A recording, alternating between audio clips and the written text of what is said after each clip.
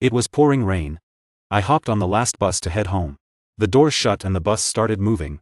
But the driver turned to me with a cold smirk. I heard him say, "You seem like a nice young lady. But you got a death wish. You were talking to a dead person and you didn't even know." That really creeped me out right away. 'Cause right before I got on I was talking to someone, but that was Luke, my senior from school. He's a solid guy. Really gentle and handsome. I've always had a crush on him. We just happened to be waiting at the same stop. And chatted for a bit. I had no idea what the driver was thinking. Calling someone a dead person like that. Luke was perfectly alive. How could he say that? I said, "Hey mister. Why are you talking nonsense? What do you mean alive or dead? That's a friend I know from school. Saying stuff like that late at night. Aren't you afraid of bad luck?" The driver held the wheel steady. But his tone was super cold. "Believe it or not. If that guy is your classmate, then let me tell you. He died a long time ago. He wasn't even alive. You should be glad you ran into me. If it was another driver, they wouldn't have even opened the door." I saw the driver was dead serious. And found it even more ridiculous. This guy probably drove too long. And lost his mind. If he was dead, how could I see him? It's not like ghosts are real. But it was late. And I was the only one on this last bus in the storm. The driver was a big guy. If I really ticked him off, I'd be the one in trouble. So I shut my mouth. Found a seat and sat down. Put on my headphones to scroll through shows, but before I could even get settled, I heard the driver say again, "Huh, I was just trying to warn you. But you don't want to believe me, whatever. You can't help those who are doomed. You kids these days have no clue about the risks of being out at night." I was planning to just let it go. But the driver kept provoking me. Even though I'm usually super chill. This time I was honestly getting kinda mad. I snapped back at him. "All right. Since you think everything you're saying is right, then let me ask you something. My classmate is a perfectly alive person. Why do you insist he's a ghost?" The driver shot me a look in the rearview mirror. He spoke up. He was asking Lu Zhou. I was kinda surprised inside. How did the driver know what Lu Zhou and I were talking about? We were clearly still on the platform back then. And it was raining this hard. Logically the driver was way too far away to know that. I tried to remember the chat I had with Lu Zhou. When he first saw me, he smiled and asked if I knew how to get to Kingshan Station. Which bus to take. Because I go home every weekend to stay for 2 days. Then go back to school on Monday. I usually take the bus back and forth. So I'm pretty familiar with the buses at this stop. Without really thinking, I told him he should take the No 13 bus. But it's pretty late right now. I think there's probably one last bus left. Lu Zhou nodded and thanked me. Then my bus pulled up. I waved reluctantly at him and got on. Even though I wanted to deny it. I let out a sigh. And told the truth. Yeah, he did ask me how to get to Qingshan Station. The driver raised an eyebrow. "Lu Zhou really is that cocky, huh?" he said. "Don't tell me you don't know what most people going to Qingshan Station are up to." With that reminder from the driver, I suddenly remembered that 3 years ago they planned to build a funeral home near Kingshan's station. And since that area is way out in the suburbs, not only are there few residential areas, there's not even one big shopping mall. Nearby it's all funeral services stretching out from the Kingshan funeral home. Most people going there need to handle funeral stuff, late at night like this. What was Lu Zhou doing going there alone? And now that I thought about it, I realized an even bigger detail.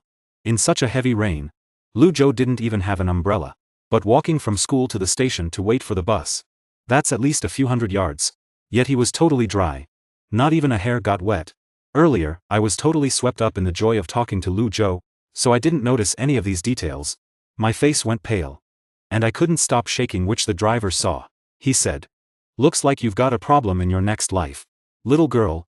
Seeing how we have some connection, I might as well help you all the way. You remember this. Walking alone at night has 3 rules.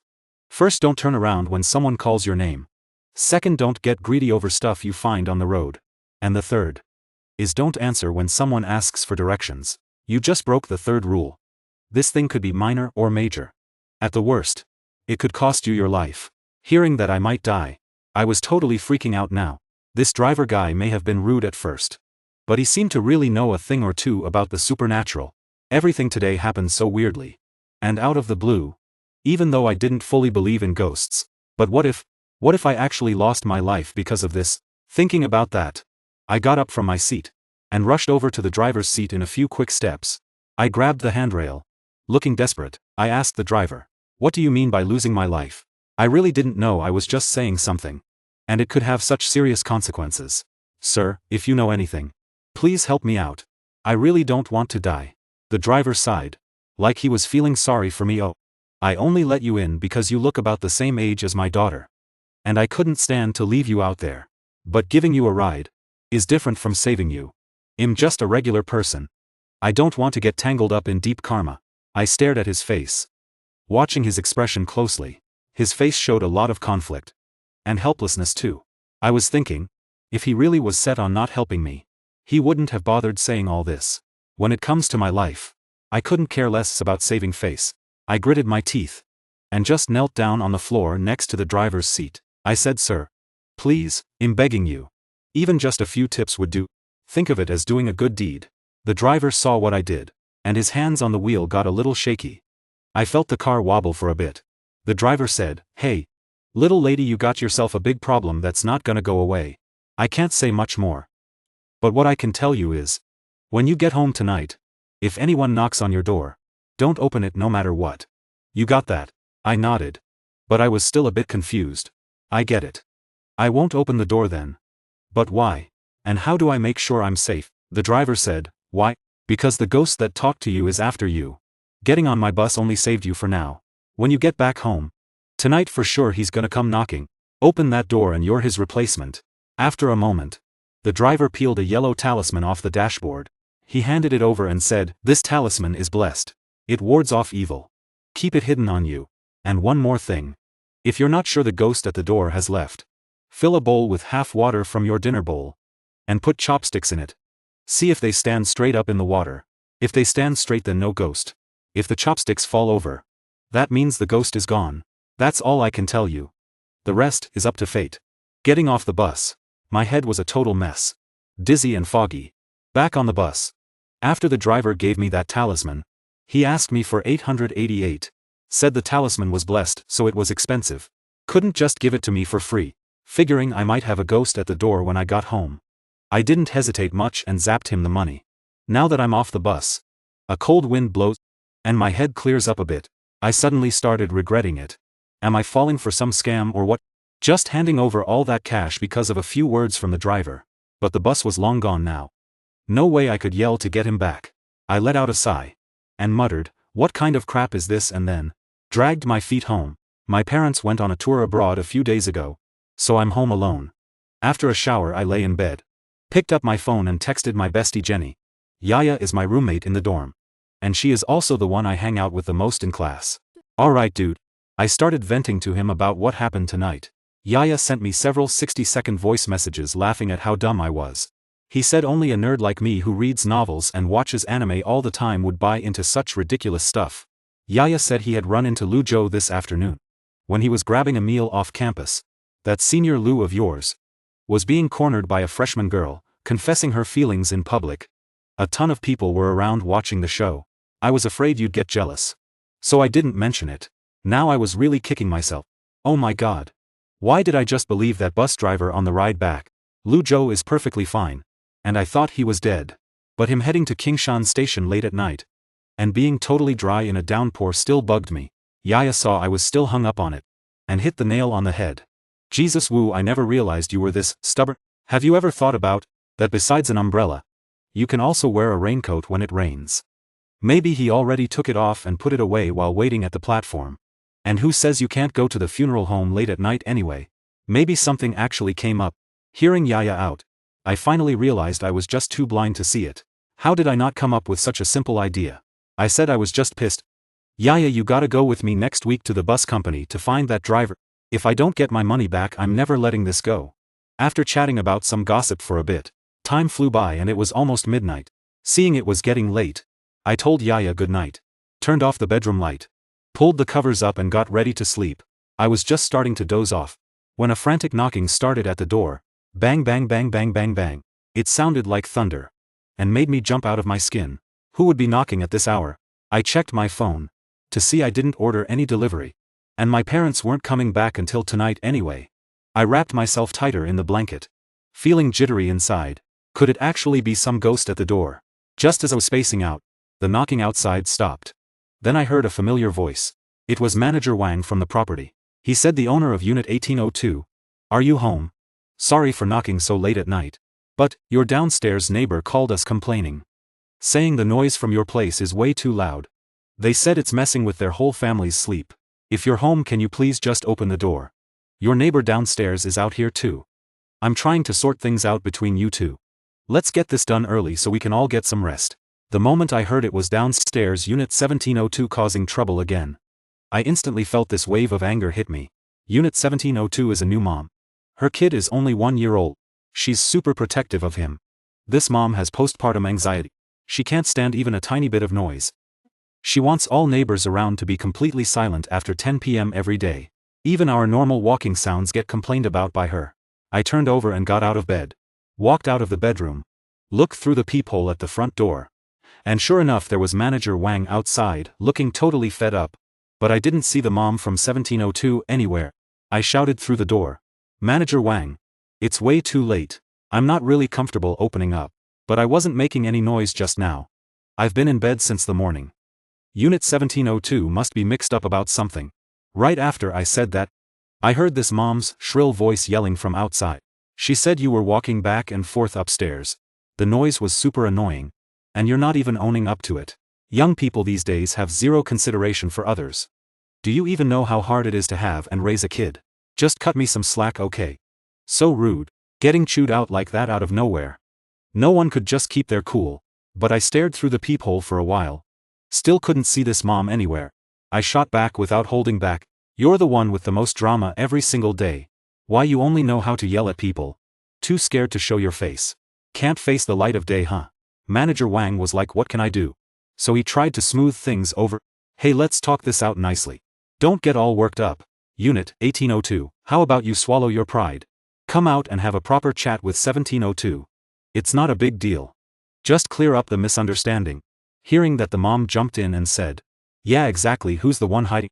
Too chicken to even open the door. I was just boiling with rage. Reached out to push down the door handle to open it, but only pushed it halfway. The driver's inner voice. If you go home tonight and anyone knocks on the door, no one should ever try opening this warning. Suddenly a voice echoed in my head, out of nowhere. I put the doorknob back. He turned around and headed to the kitchen, grabbed a bowl, and poured himself half a bowl of water. Still holding onto one chopstick, I carefully set the bowl down by the front door. Bend down, one hand holding the chopsticks. Slowly slip it into the water. Everyone knows. A single chopstick trying to stand up straight in a bowl without any support. It's pretty much impossible. Just imagine me letting go. The moment I was absolutely sure those chopsticks were gonna fall. The chopsticks stood up straight. Suddenly it all clicked for me. The driver wasn't lying to me at all. There's a ghost outside the door. Man, I feel like my whole perspective on life just got totally wrecked. Stumbling and wobbling, I got back on my feet. When I wanted to stay further from the door, I accidentally kicked a bowl. The water in the bowl starts spilling out. The chopsticks toppled over too. Outside, Manager Wang. It should not be described as the ghost disguised as Manager Wang. Seeing I never opened the door or responded. Looks like he lost his patience. He keeps yelling for someone to open the door over and over. Hurry up and open the door. The knocking on the door gets louder and louder. It's basically like pounding on the door. I cover my ears. Cowering in the corner, shaking like a leaf. I have no idea what to do right now. The phone has zero signal at all. Can't get in touch with anyone at all. What if the door gets smashed in? The ghost actually came in. What do I do? Is there seriously nothing left to do, but just wait to die? I think about how all this stuff went down. It was just me feeling a little crush for a hot second. At the station, I had a quick chat with Luke. I'm seriously regretting this right now. I'm never just gonna casually have a crush on a guy again. Who knows if that guy is a real person or some shady character, you know. Finally, the knocking outside the door stopped for a moment. I gotta be real careful when talking to outsiders. Just Lou. Lou Joe? Come on, just leave me alone already. I'm into you. But it's not like a die-hard kind of obsession. Who owes who? I'm not the one who got you killed, right? Hey, don't come looking for me anymore. Go find someone who truly loves you. The person outside the door let out a little chuckle. Next thing I know, my best bud Yaya's voice rang out. She said, Wu Jia. It's me. You really think you saw a ghost? After we talked, I thought for a while. I was really worried you were scared. So I took a cab from school to hang with you. Pretty sweet, right? Open up and let me in already. I was shocked. Wasn't it just Manager Wang and the mom a moment ago? How is it Yaya now? But right before bed, Yaya did kinda joke around and say, if I was really scared, She could come over to stay with me. I didn't take it seriously. And even told her not to bother. Did she really sneak over? Just to surprise me. I stood up and looked through the peephole. And sure enough, Manager Wang was gone. And no sign of the mom either.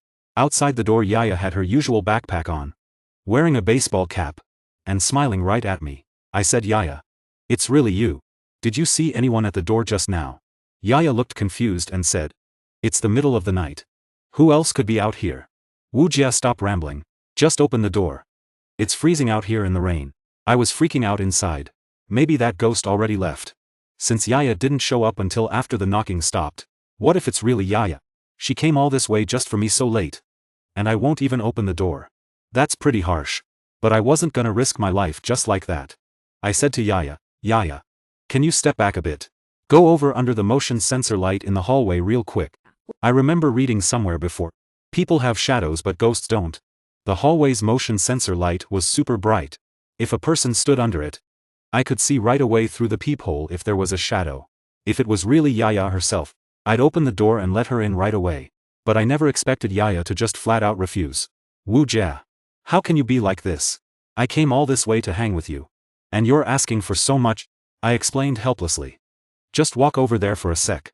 Just like 1 or 2 steps away. I just want to take a peek. I'll definitely let you in. Since I was still not letting her in, Yaya seemed to get a bit pissed. Through the peephole I saw a furious and twisted look on her face. Without any warning she charged at the door. I hadn't even moved my eye from the peephole yet. So I stared straight into her bloodshot eyes. I screamed. And immediately backed off from the peephole. Sweat broke out on my forehead from the fright. The person outside was definitely not Yaya. Yaya could never look like that. Then I heard Yaya's distorted screeching voice from outside the door. Hey, door. Wu Jia. Hey, door. The repeated scares tonight finally completely shattered my mental defenses. I was crying so hard. And in a panic I remembered. The talisman the driver gave me was still in the bedroom. So I stumbled back to the bedroom, dug the talisman out of my jacket pocket, and stuck it behind the front door. I stared at that talisman, desperately hoping it could really do something. Time ticked by minute by minute. The commotion outside kept coming and going. But maybe the talisman was working. No matter how hard the ghost outside banged on the door, it never managed to break through the door's barrier. And I barely got any sleep from the terror. Until the east started to light up with dawn. The banging on the door finally stopped completely. I let out a breath of relief. My whole body felt as worn out as if I'd been through a beating.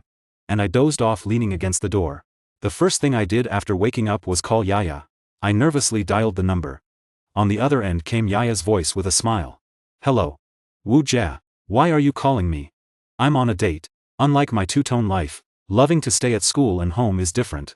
Yaya is super social. If she sees a guy she likes, she'll definitely make a move. So just this semester, she's dated at least 3 hot guys. Sometimes I don't get it either. How Yaya and I can be so different in personality and hobbies, and still hang out together, without even asking who she's dating now. I cut straight to the chase and asked Yaya. Did you come by my place last night? Yaya laughed out loud. She said. Wu Jia, what are you thinking? Even if we're super close, there's no way I'd brave a heavy storm and come all the way to you in the middle of the night. You know me. I was just joking yesterday about coming over. No way I'd actually do it. Yaya's words sent a chill down my spine. So the thing behind the door last night was really a ghost. And the ghost can even impersonate people I know. Just to trick me into opening the door. I told Yaya. Yaya, drop your date. I'm coming back to school right now. I have something important to tell you. After hanging up, I felt a little sorry for myself. Then decided to head to the nearby bus terminal first to find the last bus driver from yesterday. I had a feeling that ghost wouldn't give up on hurting me so easily. I dodged it once using the driver's method. But I'd need another way next time. Back at school I met up with Yaya. We grabbed a taxi and went straight to the bus terminal. This is the end of the line for over a dozen bus routes nearby, and where the drivers take breaks. At the entrance, Yaya and I tried to just walk in, but a middle-aged security guard stopped us after a few steps. Hey! Passengers wait outside for the bus. This is the parking area. Yaya and I looked at each other. I thought to myself, no way we could just say we're here to find a driver to help catch a ghost. So I made up an excuse.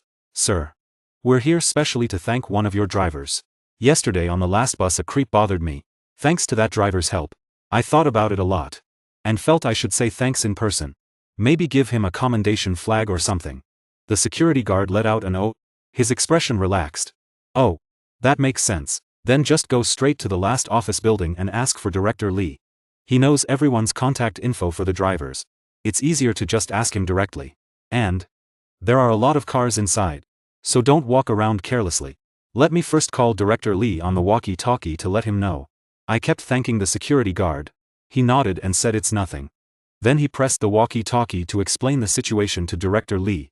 After the guard said a few things, he turned back and asked us, "By the way, which last bus driver are you looking for?" I didn't think much, and blurted out, "Route 22. Uncle. The driver of last night's Route 22 bus." But I never expected, the moment I said that, the guard who was pretty chill a moment ago, suddenly had a furious look on his face. He put down the walkie-talkie, and rudely waved for us to leave. While shooing us away he yelled at us, "Man. Turns out, you're just here to cause trouble. Get out, get out, get out. Don't mess with my work." What bad luck. Yaya and I were both stunned. I dodged the guard's swinging hand, and said kind of confusedly, "No, Uncle. We really are looking for someone. Don't get the wrong idea." The guard heard I wouldn't admit it, and got even more pissed. He pointed at my nose and yelled, "Looking for someone? Why would you look for a dead person? The driver of the Route 22 last bus died in a car crash 2 days ago. Where the hell would you sit in a dead man's ride?" The guard's words left me frozen in place. The noon sun was blazing hot, but at that moment I felt no warmth, like I was in an ice pit. I swallowed my saliva, and said with difficulty, "Dead. So then the Route 22 bus never ran last night?" The guard still cursing, he said, "Yeah. Ever since that whole thing went down. All the bus company employees lost their year-end bonuses. Had to give 'em to pay your family compensation. And even then they weren't happy. Still came looking for trouble. Now who's gonna drive the Route 22 last run? It's been parked for days. Unless they figure out what caused the accident. How can the company send another driver? Oh man. Talking about this just gets me pissed. Hurry up, get out of here. Don't come back." Yaya and I slunk out of the bus terminal, catching a cab back to school. Just as we walked through the gate, we ran into our department's Queen Bee Liu Yuanyuan. When Liu Yuanyuan saw me, she froze for a sec, then grinned, and said, "Wu Jia. I seriously didn't recognize you right away. You and Yaya look more and more alike. Getting prettier." Yaya gave a half smile and shot back, "Yeah. That's what happens when you hang with the right crowd." But Liu Yuanyuan totally ignored Yaya, grabbed me and said, "Wu Jia. I was just looking for you. Did you know Senior Lu Zhou is asking for your contact info? He asked around forever before landing on me. Why didn't you reply to my message earlier?" I pulled out my phone and saw. That morning Liu Yuanyuan had texted me, but my head was such a mess back then. I totally didn't notice. Seeing me freeze, Liu Yuanyuan thought I was still holding back. She nudged me, and said, "I'm so jealous of your luck with guys. Senior Lu Zhou has so many fangirls. Usually you can't even tell." Wu Jia, you're playing hard to get now. Okay, stop being shy. I slid you his contact. Make sure to add him quick. I gotta go shopping with my girls. Catch you later. Remember to share the good news. I stared at the profile Liu Yuanyuan sent in the chat, tapped it to send a friend request, and soon Lu Zhou approved it. A new message popped up on my phone. It was from Lu Zhou, asking if I was free for a video call. A bit nervous, I just said okay. A video call pops up on my phone. On the screen Lu Zhou's face shows up with a smile. He looks like he's on the dorm balcony. Sunlight shines on his face. He looks good and bright. Only now I'm totally sure. Turns out I really misunderstood Lu Zhou last night. According to what that security guard said earlier, the driver of the 22 bus I ran into is the real ghost. But then I can't figure it out. Why did that driver lie to me, saying that Lu Zhou is dead, and even told me I ran into a ghost? What was the point of his speech? And here's the biggest thing. If the guy knocking on our door last night wasn't Lu Zhou, then who was the knocker ghost? The only ghost would be that driver. But then, his knocking and his warning totally contradict each other. He's the one who told me not to open the door, and gave me that charm paper. Xing Shui saw me frozen for a long while. Lu Zhou thought I was just awkward. He laughed and explained, saying he reached out for no other reason. He just wanted to take me out to eat. To thank me for helping last night. If this were before Lu Zhou asking me out like this, I would have been over the moon. But right now I'm full of doubts because of that bus driver situation. And the knocker ghost thing from last night isn't fully sorted yet. I straight up turned down Lu Zhou and said, "Senior Lu Zhou, Thanks for the offer. But I'm really not in the mood to eat right now. Sorry. Lu Zhou didn't seem surprised by my refusal. He nodded and said no worries. I was about to hang up. But Lu Zhou on the other end added another line. If you're stressing about running into something unclean, I actually have some ways to help you out. I froze. And blurted out. How do you know? Lu Zhou smiled. He told me to wait for him at the school gate. He'd pack up and come find me. And we'd chit-chat over dinner. Yaya and I waited at the school gate not long. And then Lu Zhou showed up. He greeted me. And said he'd take me to a nice Cantonese spot near campus.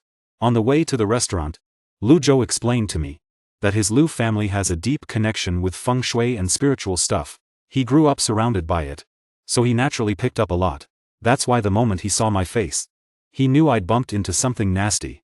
He comforted me, telling me if I trusted him, I could tell him exactly what happened. And he could help me fix it. Having someone who can help, I was definitely all for it. So I spilled every detail of last night's experience. And Lu Zhou listened super attentively, without interrupting me, until we all sat down at the Cantonese restaurant. Yaya suddenly said she felt a bit off, and needed to hit the restroom. I nodded and said okay.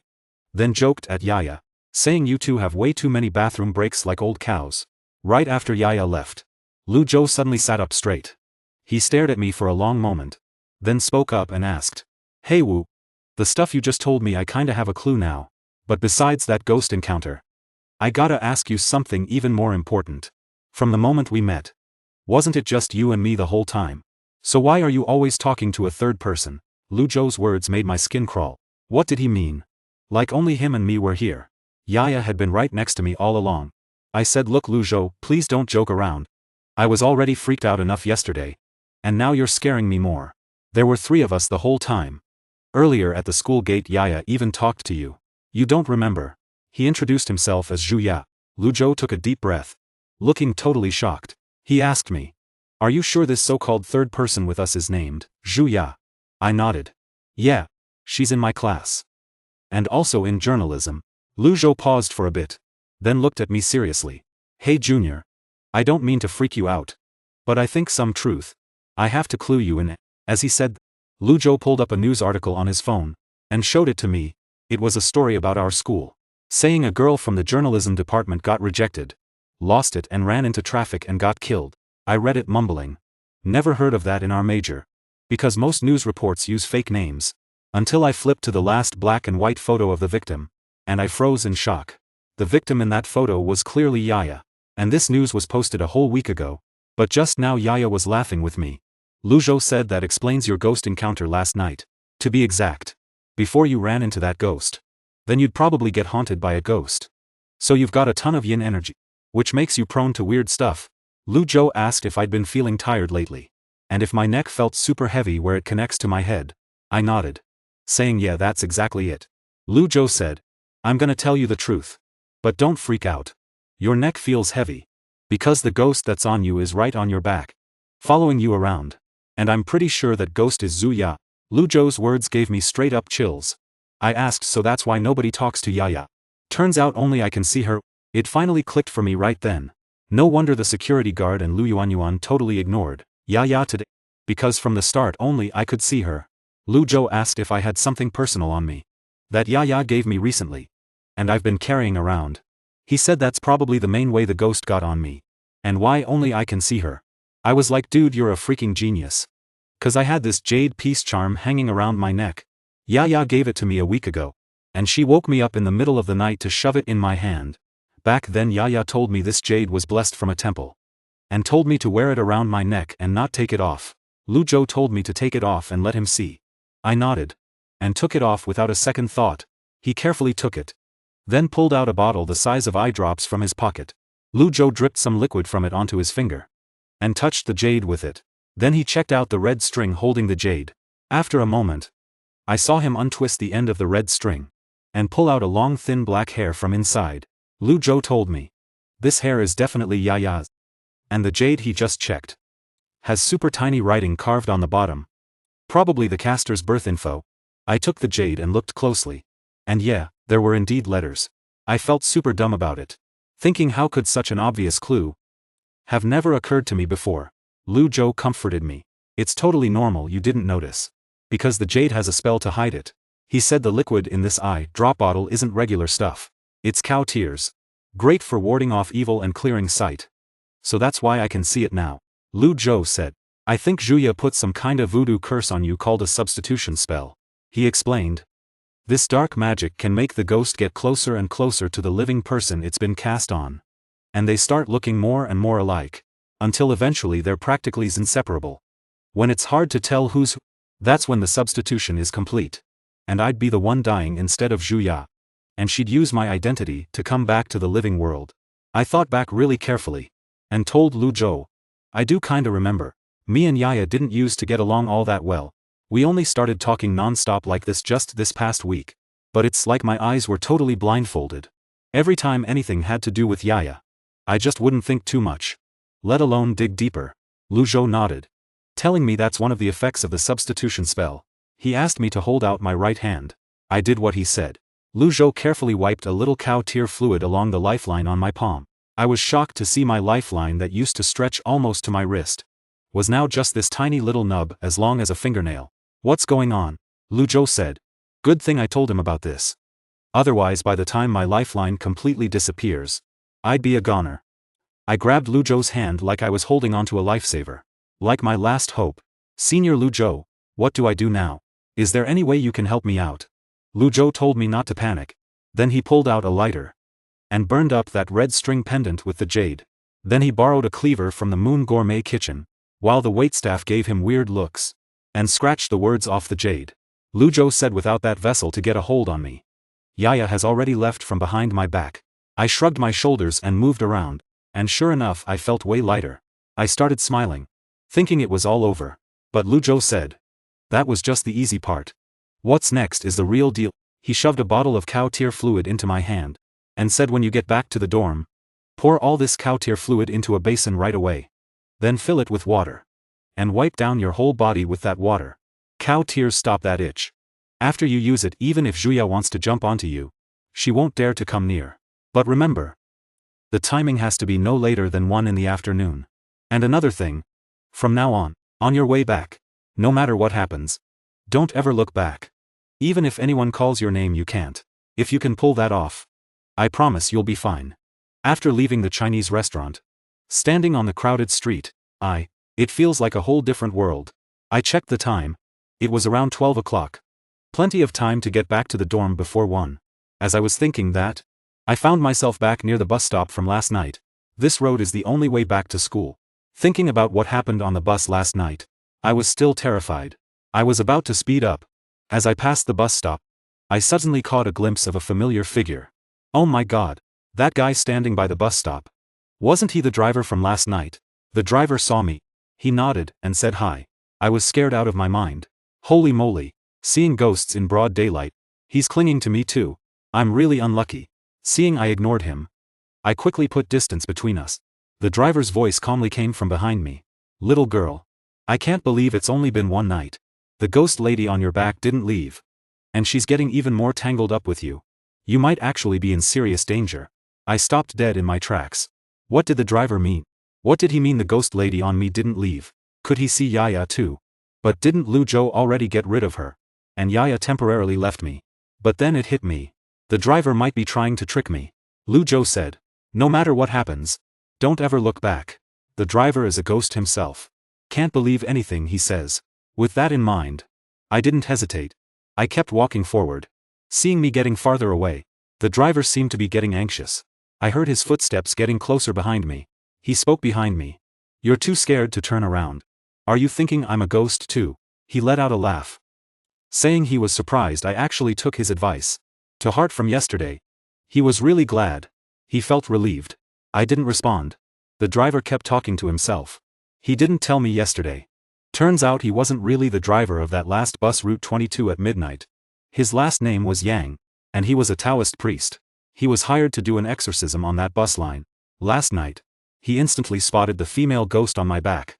But he was worried I'd freak out since I'm just a young girl. So he lied and said I bumped into a ghost. Or else I would been scared to death. And wouldn't have dared to walk home alone. I was thinking. This Taoist Yang was acting all caring and considerate. He went on. Actually the knocking ghost I ran into last night was summoned by the female ghost on me. All that ghost wanted was for me to open the door and get cursed. Getting completely soaked in dark energy. So it could fully come back to life. And the talisman he gave me was meant to block that female ghost's move. At this point, he gave me this weird look and asked, "But I already took a hit for you. Why did you end up even more tangled up with that female ghost on your back?" Hearing that, I couldn't help snapping back at him. "Stop wasting your breath trying to trick me. I already know the ghost on me is long gone. Someone else way better helped me out. You're just a ghost pretending to be human. Who are you trying to fool?" Taoist Yang let out a long sigh. "I'm just too slow with words, I guess. I risked getting haunted by dark spirits to help you. And you, a young girl, don't appreciate it at all. Forget it, forget it. I'll give you one last warning. Whether you believe it or not, it's up to you." As he said that, I looked down and saw a bronze mirror. Taoist Yang was holding it out from behind me. And I heard him say, "Ghosts are scared of bronze. Scared of seeing their own reflection. Any ghost will reveal its real form in front of a bronze mirror. Look behind you through this mirror and you'll understand." I glanced at the bronze mirror. But just that one look almost made me trip and fall from shock. Through the bronze mirror, I saw what was behind me. It was Yaya's face, all bloody and mangled, pasted right up against the back of my neck. Sneering at me, I let out this huge scream. "No way. Lu Zhou already got rid of Yaya on me. Why is he still there?" My teeth were chattering, and my whole body was shaking. I remembered the demon was still on my back, so I didn't dare to mess with him. Taoist Yang said, "Now do you believe me?" I stayed quiet. "'Cause from yesterday till now, it feels like everyone around me is trying to trick me. At this point I have no clue who to trust anymore." I suddenly remembered I still had the cow tears Lu Zhou gave me back at Moon Cuisine. He used it to break through an illusion. If the Taoist Yang behind me is also a demon, then the bronze mirror he's showing me right now is probably just another trick. All to mess with my head. Taoist Yang kept begging me to trust him from behind. So while he was rambling on, I squeezed a couple drops from the eye drop bottle and quickly put them in my eyes. I took a deep breath and looked at the mirror again. But what bummed me out? Yaya's bloody face was still there. I was completely crushed. Was Lu Zhou lying to me? Is Yaya really still clinging to my back? So should I still use the cow tears to wipe my whole body later?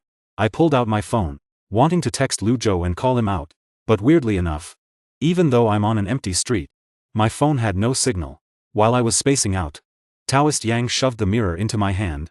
I heard him say, "If you trust me, when you get back to the dorm, point this mirror at the sun and look at yourself.